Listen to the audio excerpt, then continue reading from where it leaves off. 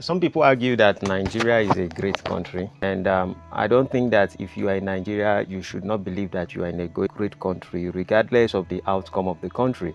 I don't know if it makes sense to say that Nigeria is a country of believers, or if I would say Nigeria is a country of followers. There's a difference when you believe in something. That means you believe in a vision. I don't think Nigeria have a vision. I think Nigeria are followers. I do not think they are believers. The only reason why they are more religious spots in Nigerian places, for example, is simply because followers will follow anything. So when you push Christianity to their throat, they will accept Christianity. When you push Muslim to their throat, they will pick it. They have lost the originality of who they are, because one of the things that I think has been the issue with Africans is that we have always lived our life under fear. Let's just talk. I don't want you to criticize what I say. I just want you to look at it first for what it is. Maybe we can reason together and get to something.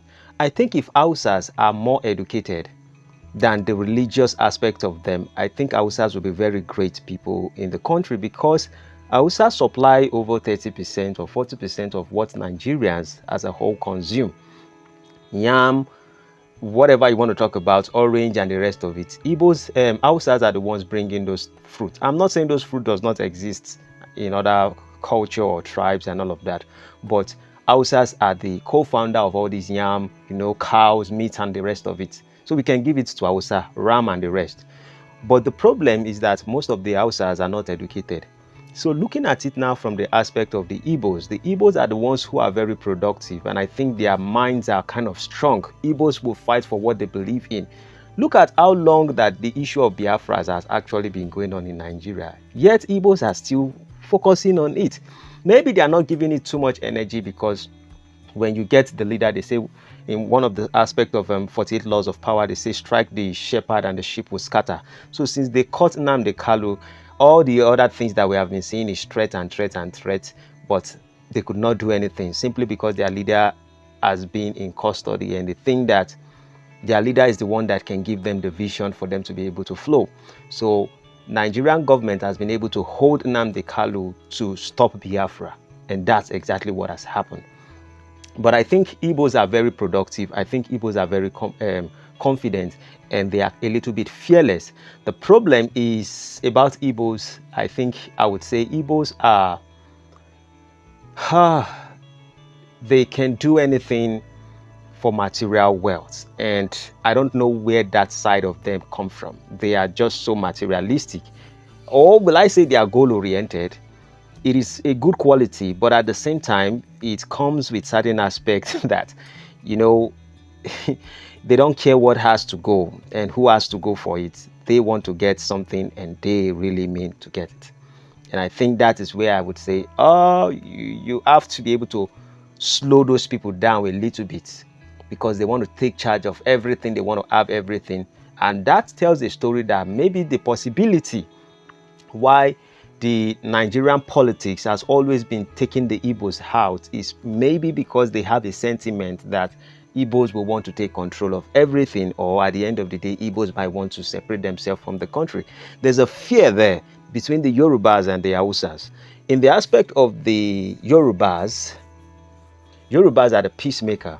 And I want to even say this story, and this is what would probably lead me to the aspect of talking about Lagos as a whole.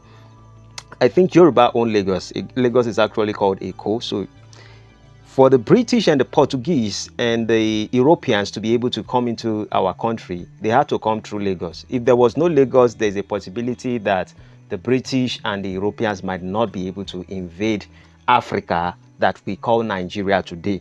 This aspect of Africa, they had to come through Lagos. And if you go through history, you can read a lot of things, because there was an Oba at that time. I've even forgotten his name. I used to remember all their names. And when the Oba died, his prince, that is his son, was supposed to be the prince. And when his son was supposed to be the prince, the son was not available at some point. So the brother of the king became a king. And later, his son, that was the missing son, came back and said he wants to overthrow and take charge of his father's throne. And then he had to send his uncle away, and his uncle was a king for over 20 years, I think, according to what the history actually showed. You can go back and read the history of Lagos on the kingship of before the Europeans came and the British came in, when they were trying to work on the aspect of after they colonized us actually, and they were trying to work on stopping slavery at that particular junction. So when the prince was able to chase out the king, and then the king ran to the British to go and seek help from the British to fight back the prince, which was the king then. And then they agreed that when you become the king, we will help you, and when you become the king, you would stop slavery. And he accepted that. And when he accepted that, they were able to fight and they were able to overcome and give him back the throne. And so he supported them in stopping slavery. And it kind of baffles me why British were doing that. I think they were trying to act like they are liberating the world. The possibility might be that they really had good intention to liberate the world, but sometimes again you think about it, because when you look at their past, how they use people to fight war, how they use the Hausas, the blacks, many people from Africa, how they use them to fight war to overcome other countries, then you say maybe they don't want to give us the freedom, because it got to a point that we realized that the only reason why Nigeria got freedom was simply because the United Kingdom, or the British at that particular time, I wouldn't call them United Kingdom, they called the Britain at that time, were about to fight in with the US, and they were looking like if Nigerians were now making requirements of them separating themselves and they don't want to be colonized and they want to have their own independence, and they fight with the US to fight the British at that particular time, they are weak at that point. So they had to let us go. And that was what history actually showed, that is the reason why we got our freedom as Nigerians. So the thing has always talked about, when you look at the history back to before I even talk about this, I think in the 1700, the Portuguese were the first people who discovered Lagos through Badagry area. You know, they come through the beach. The only way most of all these countries that invade they most times come through the sea at that particular time. They don't come through the air because there was not much about plane then.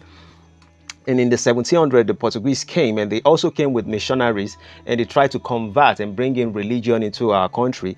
But Africa at that time, which is now Nigeria, we disputed and we sent those people back. Then in the 1800s, the Portuguese actually were under the Europeans. And because the Portuguese were under the Europeans, they kind of unite with the British. And when they came the second time in the 1800s, they were able to overcome Africa, which they make it Nigeria. And that's how we got colonized and the rest of it. But what is my point in all this? When you look at these three tribes that come together, the Yoruba, the Igbo, and the Hausa, there are qualities that we have that did not unite us together. There are qualities that we have that divides us.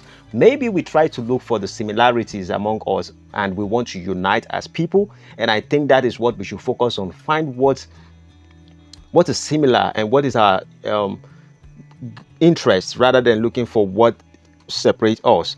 But I think that the Yorubas are always scared. And I don't know if it's because of the trauma. I don't know if because we are naturally the scared type of people.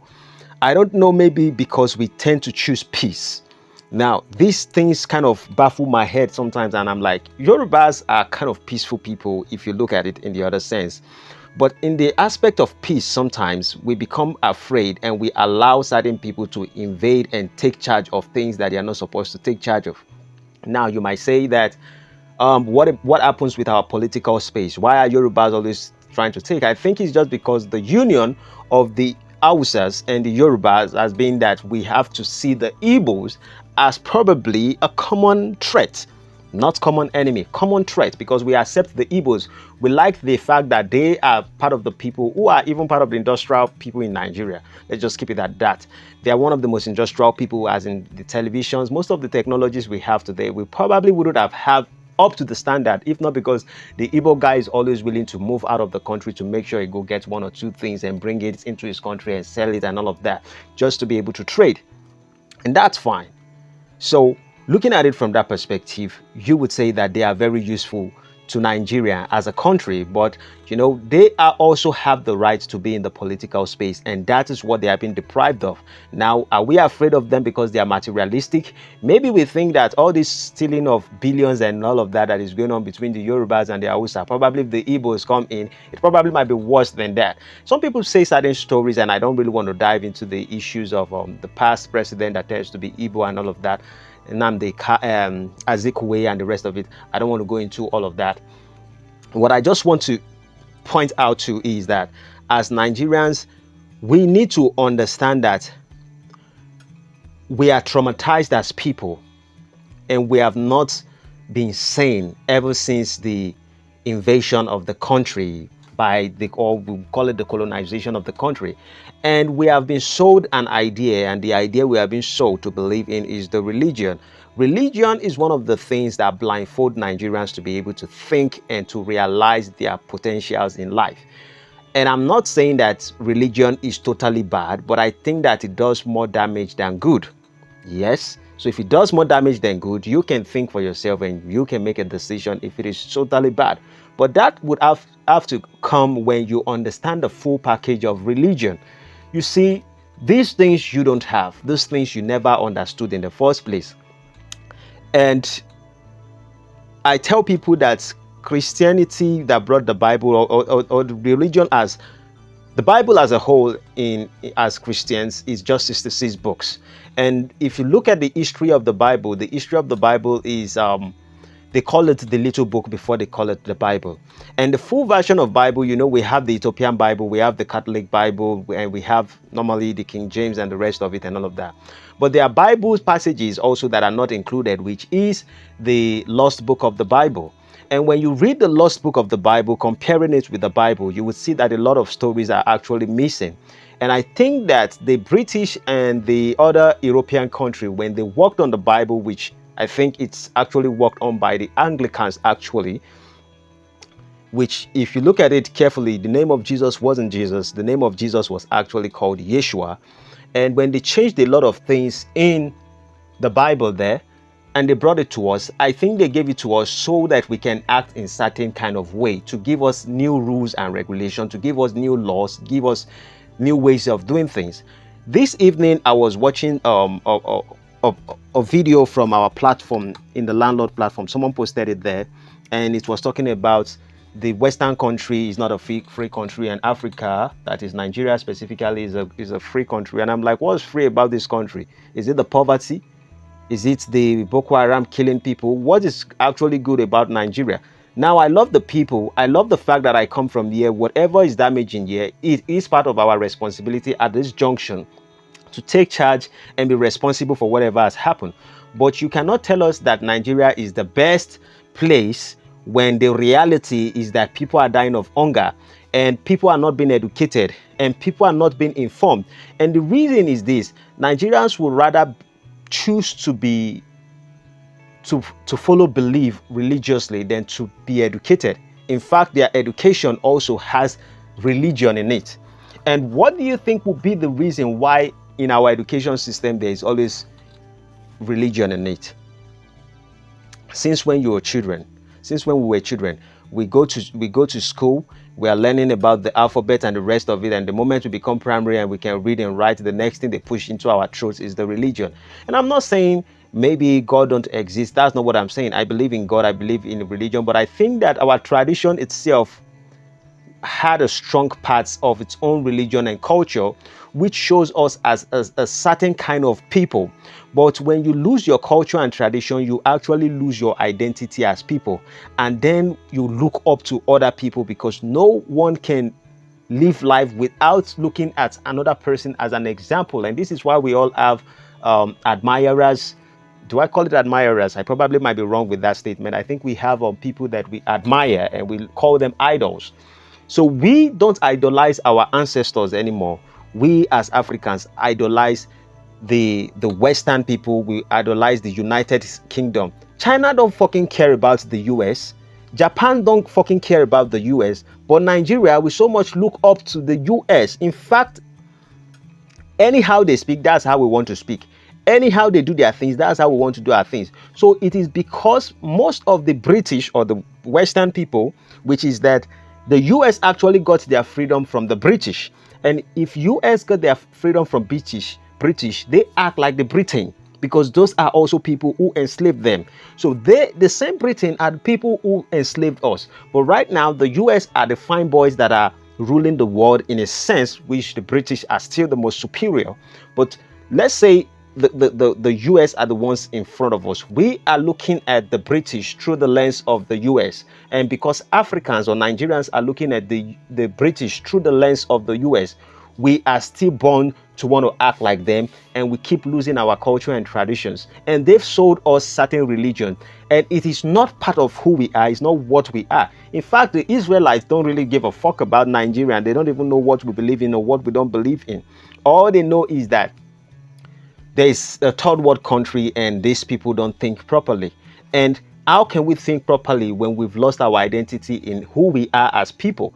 And when I talk about it, the first thing everyone is going to say is he's against Christians, he's against Muslims, he's against this. But what I'm saying is this: if we look at our ancestral past, and we look at everything that our ancestors have been through and what they do and how they live their life, I think if we can emulate that, we can evolve through that and we can remain who we are supposed to be.